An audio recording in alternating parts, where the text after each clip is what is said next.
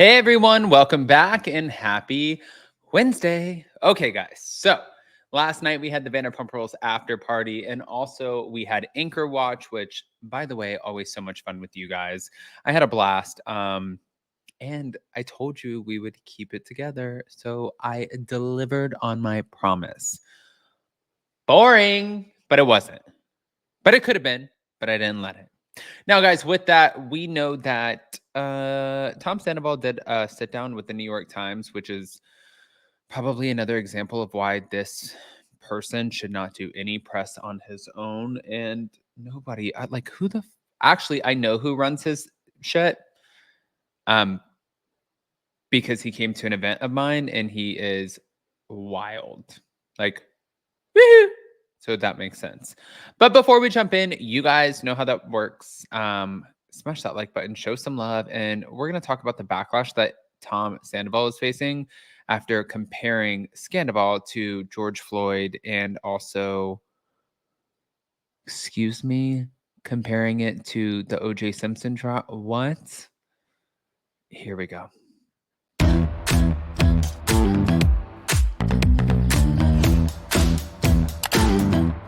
Cause no one can do it like we do it, like we do it, like we do it. Cause no one can do it like we do it, like we do it, like we do it. Okay, so I just want to talk about a few things really quick. Tom Sandoval.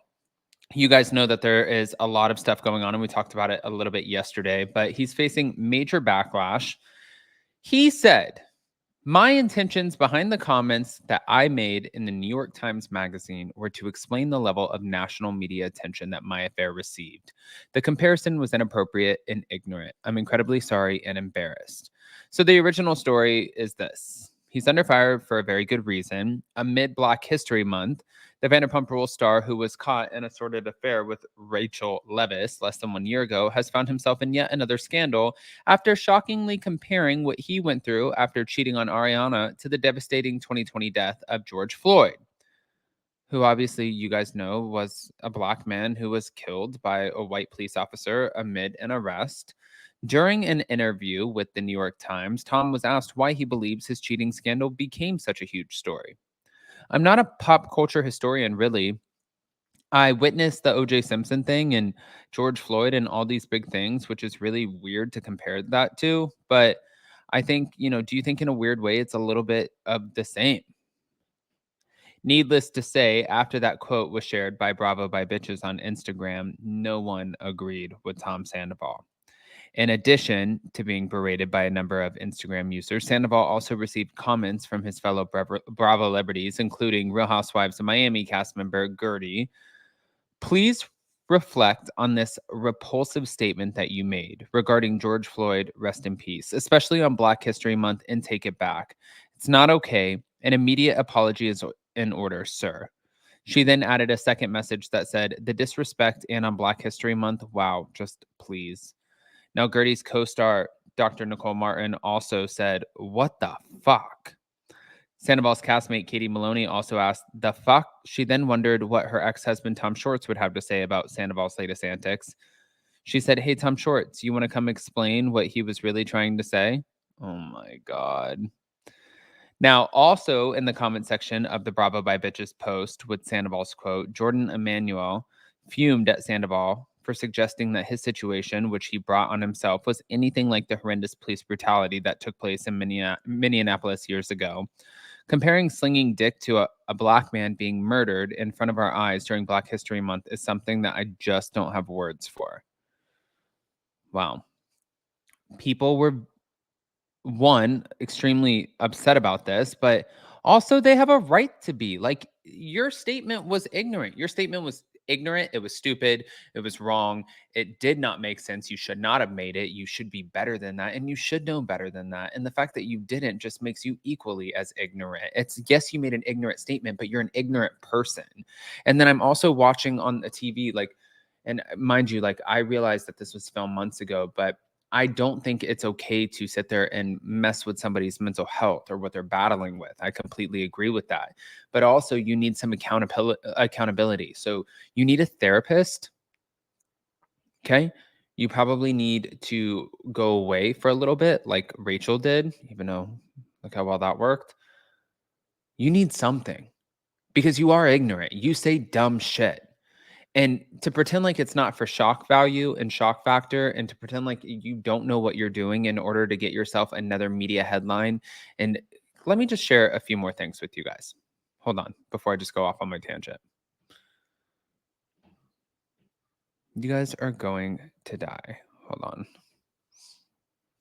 I'm going to share this one first. Share. He said, my intentions behind the comments I made in the New York Times magazine were to explain the level of national media. Okay.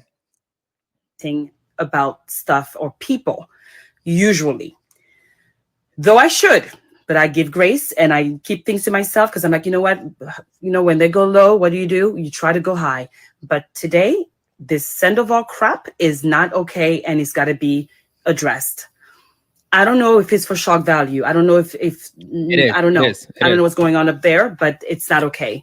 It's George Floyd, out of all people. Are you using it as a comparable to your Sandoval crap? I'm sorry. This is not okay. And I'm speaking up. And I usually keep to myself, but this is not okay. And villains, I find these days, are getting applauded and are getting a crown, a pedestal, and so forth. And this is not okay. Bad behavior does not apply, especially on Black Historic Month. Okay. So this is Black History Month, and we need to respect that. Please keep him out your mouth. Never come on here.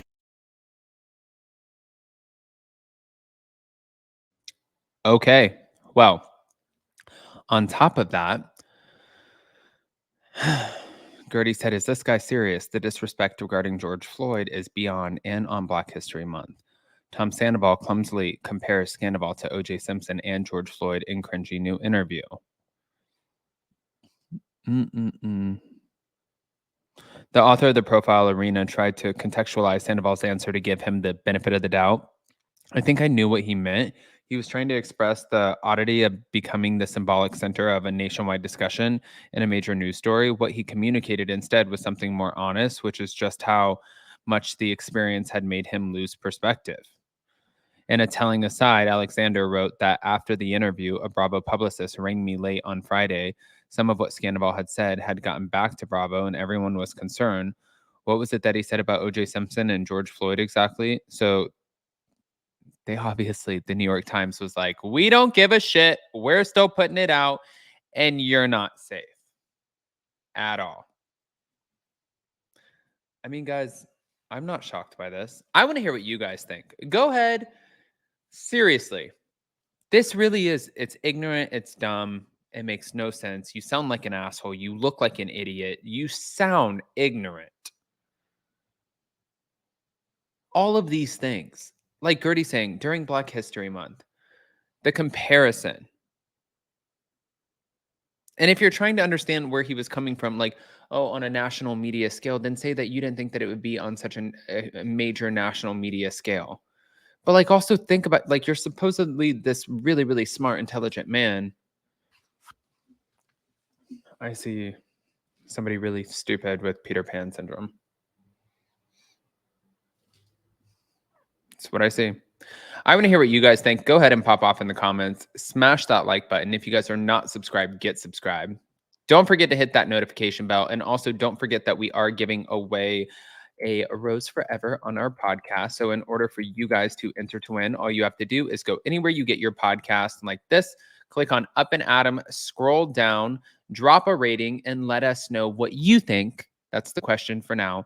What you think about Tom Sandoval's cringy New York Times interview. Love you guys. See you next time.